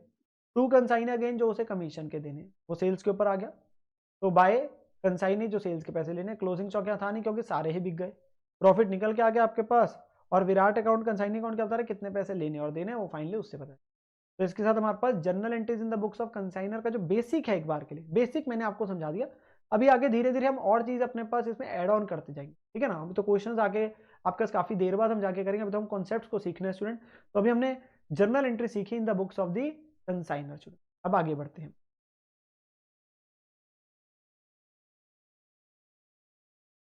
Types of commission. हम अपने पास सीख चुके हैं कि एंट्रीज कैसे डालता है जी कंसाइनर अपनी बुक्स में। 2 अकाउंट बनाता है, कंसाइनमेंट अकाउंट जिससे प्रॉफिट लॉस पता चलता है, और एक बनाता है बेटा वो कंसाइनी का अकाउंट जिससे वो ये पता करता है उसने कितने पैसे देने और लेने हैं। तो हमारी अगली चीज आ रही है about the types of commission. हमने एक एग्जांपल भी किया था ये सलमान विराट वाला, हम उसी में आगे कंटिन्यूएशन करते जाएंगे। नॉर्मल आपके पास कमीशन को लेके बात होने जा रही है। नो, जो हमारे पास एक कमीशन दी जाती है सबसे पहले उसे हम बोलते हैं बेटा ऑर्डिनरी कमीशन या नॉर्मल कमीशन। जैसे आपके पास एग्जांपल 1 में दे रखी थी 5%, that is a normal commission. Normal commission का मतलब है कि मैं सेल्स के ऊपर उसे वो परसेंटेज लगाऊंगा और उतनी कमीशन मेरे को देनी बनती है टू द कंसाइनी। इसमें एक छोटा सा सवाल उठा जो हमने अपने पास बात भी करी थी कि बेटा अगर कल को बैड डेट हो जाते हैं तो बैड डेट का रिस्क किसका होगा? कंसाइनर का होगा। बैड डेट का रिस्क किसका होगा? कंसाइनर का होगा। हमारे पूरे एग्जांपल में सलमान विराट वाली बात चलती आ रही है। तो अगर कल को विराट ने लोगों को सेल करी, उसकी तो कमीशन बन गई, बट अगर कल को कोई बैड डेट हो गई तो वो नुकसान किसका है बेटा? वो नुकसान तो सलमान का ही है, बिकॉज सारे फायदे नुकसान उस जगह के वो तो सलमान के। Virat is only selling the goods on behalf of the, आपका जो विराट है वो तो बेच रहा on the behalf of the Salman. तो वो तो कंसाइनी का काम है अपने पास, और उसके बदले उसे नॉर्मल कमीशन मिल जाएगी। तो बैड डेट का रिस्क कल को अगर जिनको क्रेडिट सेल दी थी वो पैसे लोगों ने अगर वापस नहीं करे तो नुकसान जो होगा वो कंसाइनर का होगा। वो नुकसान जो होगा वो कंसाइनर का होगा इन अ नॉर्मल सिनेरियो। तो it is computed at a fix percentage of the gross sale proceeds made by the consignor. 5%, 7%, जो भी दे रहा है क्वेश्चन।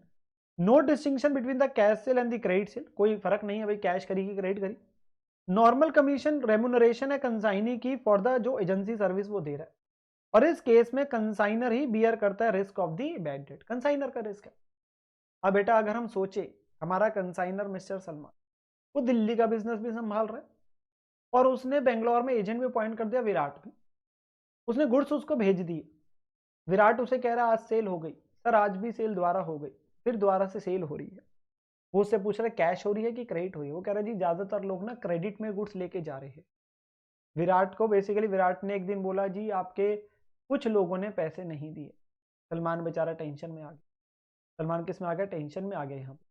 तो कंसाइनर को टेंशन होनी शुरू होगी, वो अपना दिल्ली का बिजनेस संभाले या फिर वो अपने मेन बिजनेस को संभाले कंसाइनर, या फिर वो जो कंसाइनी लोगों को सेल करो और वहां से जो कलेक्शन ना आए वो उसकी भी टेंशन लेके बैठ जाएगा, क्योंकि नुकसान तो उसका है। उसने जिस मेन मकसद से बिजनेस को शुरू करने की बात की थी वहां पे उसको टेंशन होनी शुरू होगी, रातों की नींद उसके पास जो है वो आने पर प्रॉब्लम शुरू होगी। बेटा रात को नींद नहीं आ रही, पता चले दिल्ली में जो काम कर रहा है उसमें भी कॉन्सेंट्रेशन नहीं बनी, उनको हर समय दिमाग में क्या ही चल रहा है कि कहीं ऐसा तो नहीं है कि जो विराट आगे लोगों को सेल कर रहा है कंसाइनी वहां के लोगों के पैसे ना आए, तो बेचारा तो टेंशन में ही रह जाएगा हर समय। इस केस के लिए, इससे बचने के लिए एक अगली तरीके की कमीशन आती है जिसे हम बोलते हैं बेटा डेल क्रेडर कमीशन। हम बोलते हैं डेल क्रेडर कमीशन।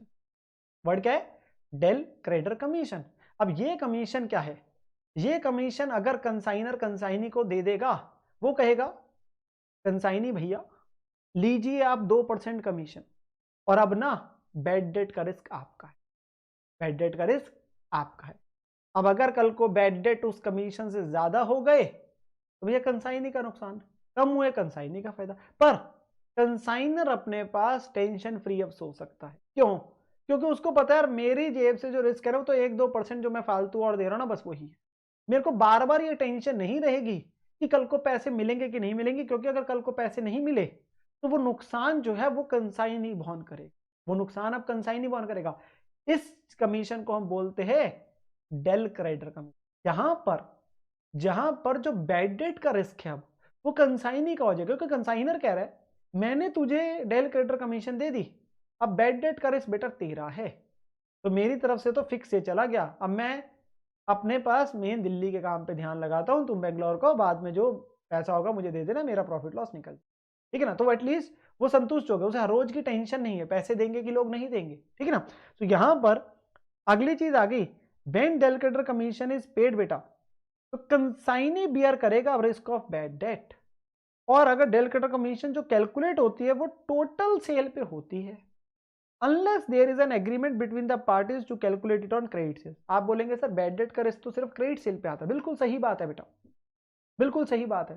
पर अगर क्वेश्चन आपका सिंपली लिख दे डेल क्रेडिटर कमीशन 2%, आप हमेशा उसे टोटल सेल पे लगाएंगे जब तक ये ना कहे क्वेश्चन आपको कि वो सिर्फ क्रेडिट पे है, क्योंकि बेटा वो तो हम उसे डेल क्रेडिटर दे रहे हैं, अब उसकी मर्जी है वो लोगों को कैश पे दे कि क्रेडिट पे दे, अब उसकी मर्जी है कंसाइनी को लोगों को कैश पे दे क्रेडिट पे दे। हमने उसको एक एक्स्ट्रा कमीशन देने का वादा कर दिया और ये कह दिया कि कल को अगर बैड डेट का रिस्क होगा तो वो आपका है, अब वो अपनी तरफ से जिस प्रकार मर्जी इस प्रकार से सेल करे।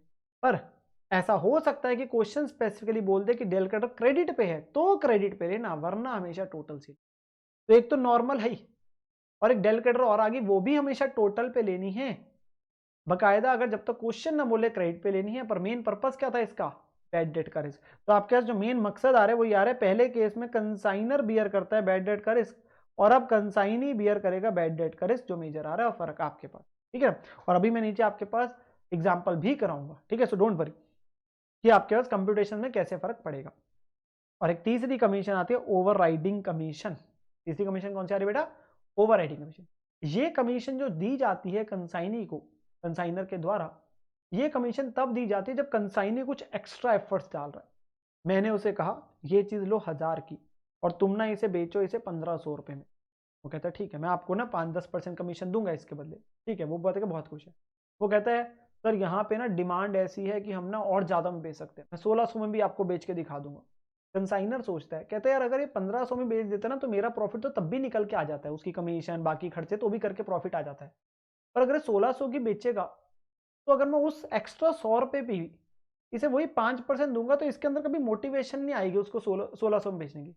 ऐसा करता हूं ना उस पे इसको 20% देता हूं, मुझे क्या जा रहा है, मेरा तो फिर भी 80% बच जाएगा, क्योंकि मेरा प्रॉफिट तो तब भी आ जाता अगर ये नॉर्मल सेलिंग प्राइस पे बेचता। पर अगर ये उससे ज्यादा में बेचेगा तो उस केस में मैं इसे एक्स्ट्रा कमीशन देता हूं, क्योंकि he is putting extra effort.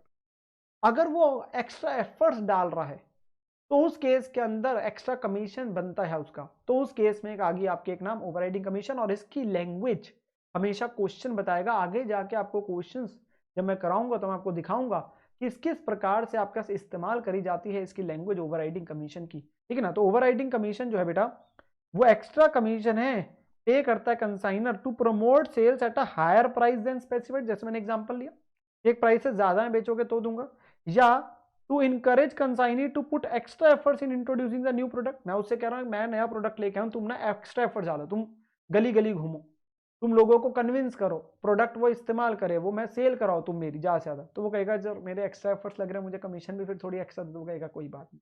तो जहां पे वो एक्स्ट्रा काम कर रहा है तो उसके बदले जो कमीशन दी जा रही है वो बन रही है overriding. Depending on the agreement, such commission will be calculated on the total sales or the difference between actual sales and the sales at the invoice price. This thing will always be dependent on the question. Question आपको क्या बोलेगा बेटा, अगर simple लिख देना percentage 1%, मान लो 1% है 0.5, तो आप टोटल सेल पे लगा दो।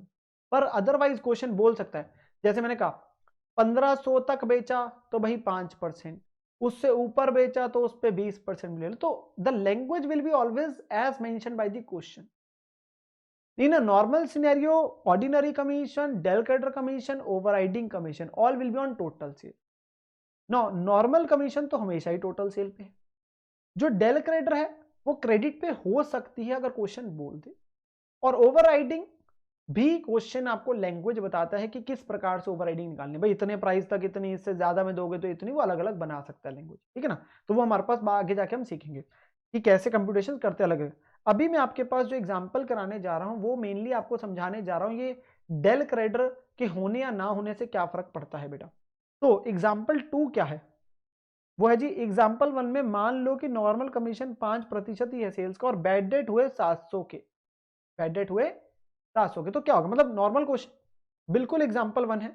एग्जाम्पल 1 में हमने अपने पास पूरा क्वेश्चन किया था, तो वहां पे हमने कंसाइनमेंट अकाउंट वगैरह सब बनाया था आपके पास, वही क्वेश्चन, और उसमें अब साथ में नॉर्मल कमीशन है, डेलीगेटर नहीं, और बैड डेट का खर्चा हुआ 700 का, तो आपको ये पता चल जाए भाई आंसर अब कैसे निकलेगा। तो हमारा जो क्वेश्चन था वो आपके पास कुछ इस प्रकार से था, एग्जाम्पल आपके पास है पिछले पेज पे अगर आप देख सकते हैं। तो यही आपके पास एग्जाम्पल था और यही आगे बढ़ता जाएगा, इससे मैं कॉन्सेप्ट सिखाता जाऊंगा, तो आपको थोड़े टाइम बाद तो ये एग्जाम्पल भी याद हो जाएगा। तो यहाँ पे क्या था, 1 अप्रैल को सलमान ने भेजे 1000 बॉक्सेस थे, ठीक है, विराट को, हर बॉक्स की कॉस्ट 500 थी, सलमान ने पे करा था फ्रेट 1000 और पैकेजिंग का खर्चा 2000, विराट ने एडवांस भेजा था 15,000 का। 30 सितंबर को उसने अकाउंट सेल्स कही थी और कही थी सारे बॉक्सेस जो है वो बिक गए थे 800 में। जो विराट ने खर्चा किया था उसके अंदर कैरेज क्लियरिंग का खर्चा था 500, गोडाउन रेंट था 3500 और सेलिंग एक्सपेंसेस थे 1000, कमीशन है 5% ऑफ दी, ये इंफॉर्मेशन थी। और अब साथ में मेरा एक एड ऑन फैक्टर आ गया, एक एड ऑन फैक्टर आ गया, वो क्या आ गया बेटा कि बैड डेट्स भी है आपके पास 500, क्या है, बैड डेट्स भी है 700, सॉरी 700 आपके पास क्या है, बैड डेट्स भी है। तो अब इस केस में फर्क क्या पड़ेगा, यहाँ डेलीगेटर नहीं है अभी, तो मेरा जो बन रहा होगा वो क्या बन रहा होगा, कंसाइनमेंट अकाउंट बन रहा होगा। मैं एक बार हमारी इजीनेस के लिए हम दोबारा बना लेते हैं सारे का सारा एंड टू एंड, ताकि हमें क्लैरिटी से समझ आ जाए। तो कंसाइनमेंट अकाउंट आपके पास बेटा बनेगा प्रॉपर तरीके से,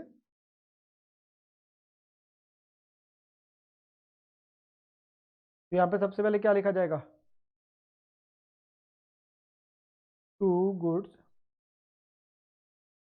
सेंट ऑन कंसाइनमेंट, 1000 बॉक्सेस 500 का एक, तो 5 लाख। मैं अभी कंप्यूटेशन उन चीज़ों की नहीं दिखा रहा जिनकी हमने पहले दिखाई दी थी। फिर टू बैंक, जो खर्चे कंसाइनर ने पे करे, एक्सपेंसेस जिसके अंदर क्या क्या था बेटा, एक था रेलवे फ्रेट 1000 का और पैकेजिंग 2000 का, तो टोटल कितना हो गया 3000। यहाँ डायरेक्ट सिर्फ वैल्यू लिख रहा हूँ। फिर आया टू विराट, तो टू विराट अकाउंट जो उसका खर्चों के नाम का है, ब्रैकेट में लिखते जाते किस चीज़ का, ये हमने उसको पैसे देने खर्चों के नाम के। इनर कॉलम में ये नहीं बता रहा किस किस चीज़ के, वो सारी हमारी इन्फॉर्मेशन बड़ी क्लियर थी, वो हमें वैसे क्वेश्चंस में लिखनी होती है। 500 प्लस 3500 प्लस 1000 आपकी सेलिंग, तो टोटल बन गया 5000, तो उसको वो देने हैं। देन बाय विराट अकाउंट, जो सेल्स के उससे पैसे लेने हैं, तो सेल्स के जो पैसे उससे लेने हैं, जो कि कितने बन गए थे, 800 पे बेचा था तो 8 लाख, सारे ही बॉक्सेस बेच दिए थे, अभी हमारा स्टॉक का पॉइंट नहीं आया। फिर टू विराट अकाउंट,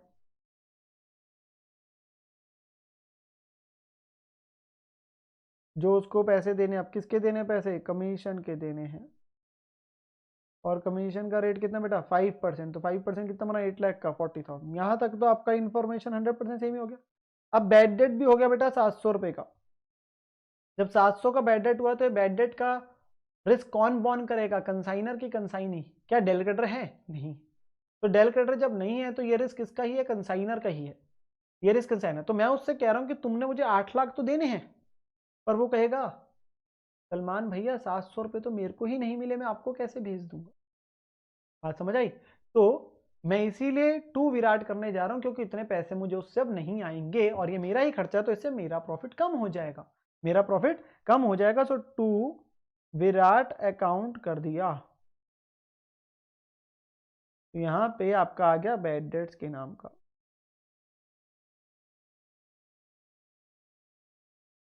700, और फिर फाइनली आपका निकल के आ जाएगा नेट प्रॉफिट।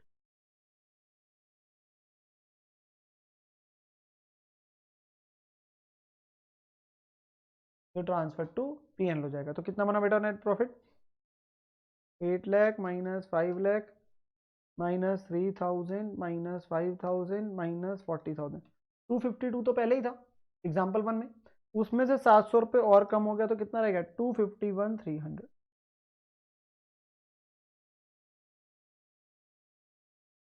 आप कंसाइनी अकाउंट बनाना चाहते हो बना सकते हो, जरूरत नहीं है क्योंकि ऑब्वियसली वहां पे भी 700 कम ही देगा वो पैसे। तो उसने मुझे 8 लाख देने थे, माइनस 15,000 एडवांस दे दिया था, माइनस 5,000 खर्चे के कट के, माइनस 40,000 कमीशन कट गया, 740 आया था, 740 में 700 और कट जाएगा, तो मुझे वो आपके पास जाएगा 739,300 आ जाएगा विराट के अकाउंट में। तो वो नहीं बनाएंगे। मेन मकसद मेरा बस ये था यहाँ पे आपको समझाने का एक एग्जाम्पल में, चलो मैंने दोबारा पूरा करके दिखा दिया आपके सामने क्वेश्चन कि अगर नॉर्मल कमीशन है तो बैड डेट का रिस्क किसका है, कंसाइनर का है, तो उसका प्रॉफिट कम हो रहा है, तो उसका प्रॉफिट कम हो रहा है, अब उसे पैसे कम आएंगे क्योंकि डेल क्रेडिट नहीं दी। और यही हमारे पास फर्क अगले में पता चल जाएगा एग्जाम्पल 3 में। इन एग्जाम्पल 1 कंसीडर कर लो नॉर्मल कमीशन 5% है और डेल क्रेडिट 1% है, और अब बैड डेट हुए 700, अब बैड डेट हुए 700 के, तो हमारे पास यहाँ पे कमीशन जो है वो नॉर्मल भी दे रहे और डेल क्रेडिट भी दे रहे हैं बेटा, और बैड डेट हो रहा है अब यहाँ पे। तो मैं सारी वैल्यूज लिखने की बजाय सिर्फ आपसे अगर इतना पूछूं, सिर्फ मुझे इतना बता दीजिए कि यहाँ पे जब आप दिखाएंगे टू विराट कमीशन के नाम का,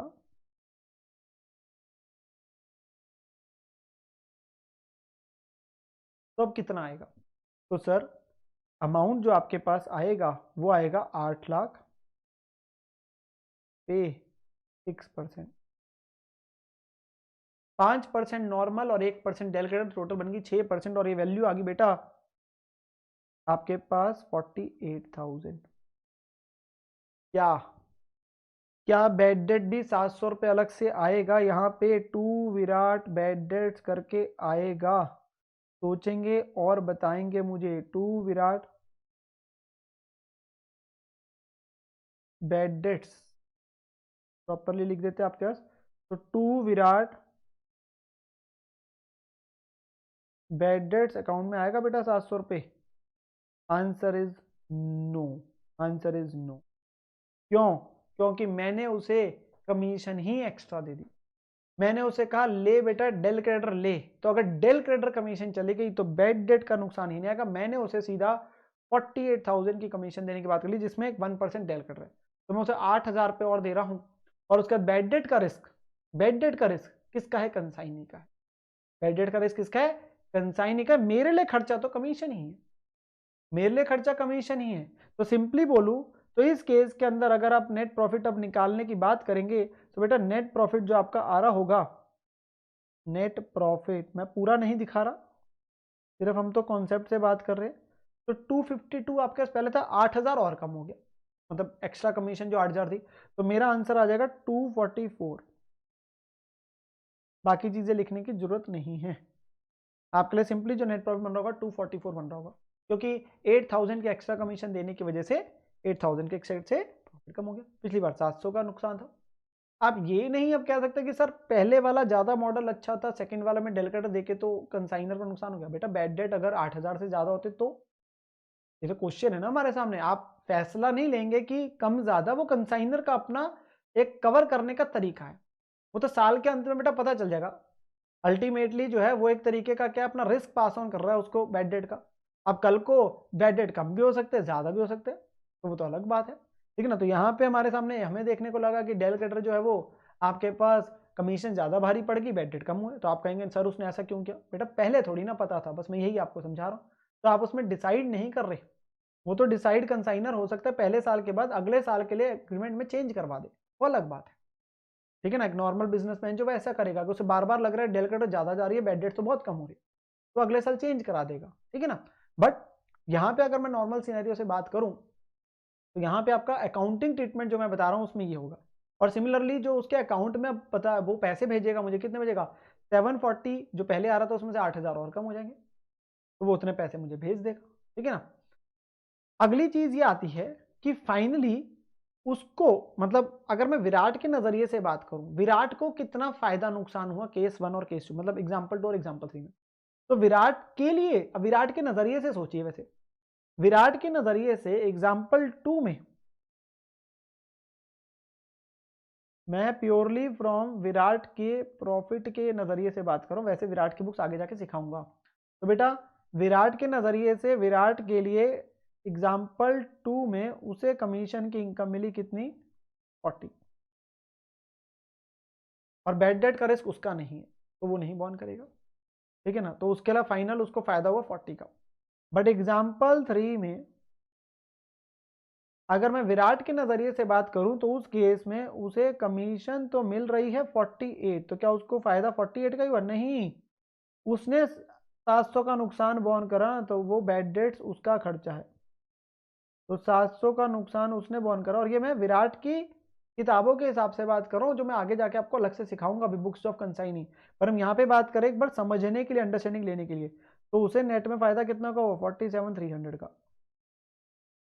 क्योंकि कंसाइनर से सलमान से विराट को कितने आएंगे 48,000 जो आ रहे हैं, 700 रुपए का उसका नुकसान हो गया, तो उसे नेट में फायदा कितना हुआ 47,300 का, जबकि डेल कैटर जब नहीं थी तो 40,000 का हो रहा था। ये चीज है। और कंसाइनर अपने कंसाइनमेंट अकाउंट में क्या डालेगा? अगर डेल कैटर नहीं दे रहा तो बैड डेट करे उसका वो खर्चा डालेगा एग्जाम्पल 2 में, और अगर डेल कैटर दे दी तो 48,000 8,000 कमीशन एक्स्ट्रा चलेगी। अब बैड डेट करे तो उसका नहीं, अब बैड डेट वो नहीं डालेगा, ठीक है ना। वो अपनी किताब में नहीं दिखा रहा, वो नेट प्रॉफिट उसका 240 उस केस में, ठीक है ना। तो ये आपके पास फर्क पता चल जाना चाहिए हमें नॉर्मल कमीशन में और डेल कैटर कमीशन में कि कैसे आपके पास फर्क आता है बेटा, ठीक है ना। मैं विराट का अकाउंट ऑब्वियसली नहीं बना रहा, वो बड़ा आसान है, उसमें आना कुछ नहीं आपके पास, बस वो पहले केस में आपके पास जैसे मैंने कहा था 740 तो हमारे पास आया ही पड़ा था, उसमें से 700 कम हो जाना था, अगले केस में वो 8,000 कम हो जाना था कमीशन के नाम को, उतने पैसे मुझे भेज देगा, ठीक है ना। और मैंने विराट के नजरिए से भी आपको बता दिया भाई अलग अलग केस में विराट को फाइनली कितना प्रॉफिट हो रहा है, दोनों के एग्जाम्पल। तो हमारी जो कमीशन है अल्टीमेटली 3 प्रकार के, नॉर्मल कमीशन जो कि percentage of total sale, bad debt का रिस्क कंसाइनर, डेल कैटर कमीशन दी जा रही है तो उस केस में बैड डेट का रिस्क कंसाइनी का है, पर ये लगेगी टोटल सेल पे अंटिल अनलेस क्वेश्चन बोल दे क्रेडिट सेल पे। और तीसरी ओवरराइडिंग है, वो आगे जाके क्वेश्चन की लैंग्वेज समझ आ जाएगी, अगर कुछ नहीं लिखा तो वो भी टोटल सेल पे, अदरवाइज क्वेश्चन आपको बताएगा। और ये उसके एक्स्ट्रा एफर्ट्स की वजह से, वो एक प्राइस से ज्यादा में दे रहा है या वो आपके पास प्रमोट कर रहा है मेरे प्रोडक्ट को कि लोग खरीदे, अपने पास जो है नया प्रोडक्ट आ रहा है, तो वो उसके एक्स्ट्रा एफर्ट्स की वजह से, and that language will be as mention by the question. Main हमें यहाँ पे समझना था डेल कैटर की वजह से आपके पास क्या फर्क पड़ रहा है। तभी अकाउंटिंग एंट्रीज में अगर आप देखेंगे जाके बेटा, तो अकाउंटिंग एंट्रीज में अकाउंटिंग एंट्री नंबर 8 थी, जहां पे आपके पास नोट में यही लिखा था कि वो एंट्री बैड डेट वाली पास नहीं होती अगर डेल कैटर दी जाती है, वो एंट्री पास नहीं होती आपकी बैड डेट वाली जो हमने डाली थी। अब जैसे कंसाइनमेंट टू बैड डेट वो विराट डाली थी, पर अगर डेल कैटर है तो वो एंट्री नहीं डल रही, ठीक है ना। तो वो वहां पे अकाउंटिंग एंट्री में था, जो मैंने आपको कहा भी था कि मैं ये वाले को आगे जाके मैं पॉइंट को करा दूँ, ठीक है ना। तो यहाँ तक हमने अभी क्या सीखा, नॉर्मल किताबें जो बन रही है और जो कमीशन आपके पास कितने प्रकार की होती है। अब हम आगे बढ़ते हैं अगले वाले कॉन्सेप्ट पे, ठीक है स्टूडेंट।